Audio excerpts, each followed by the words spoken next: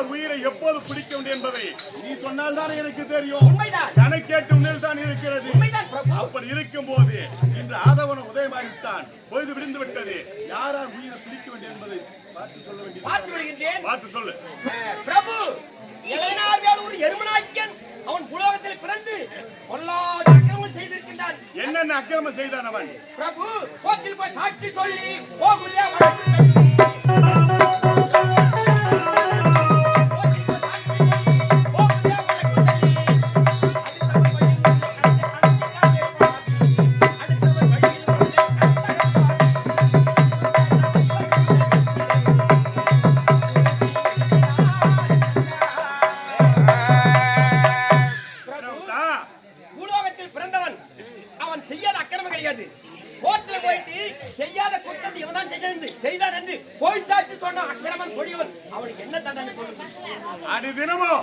அவனுடைய பொழுதுபோக்கு என்னவென்று சொன்னால் குடிப்பது, கும்மாளம் அடிப்பது.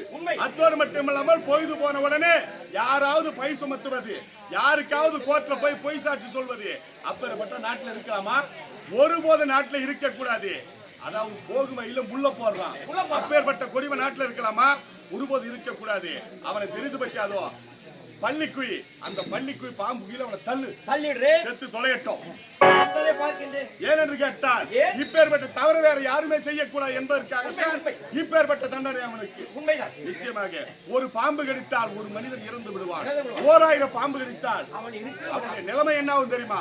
அப்பேற்பட்ட 1000 பாம்பு இருக்கக்கூடிய அந்த பாம்பு கீழே அவனை தள்ளிடுறேன் கேட்டால் பொய் சாட்சி சொல்லவனுக்கு இப்பேற்பட்ட தண்டனை கொடுத்தார் யமன் என்று நாட்டு மக்கள் தெரிந்து கொள்வார். ஆகட்டும் பிரபு. கொங்கனாச்சேரி கோணக்காலன்.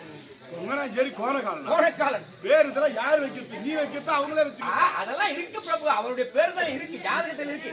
அவள் உலகத்திலே பிறந்து அவள் செய்யற அக்கறம் கிடையாது. அன்னைக்கு பணம் நோக்க அடிக்கிற பாவி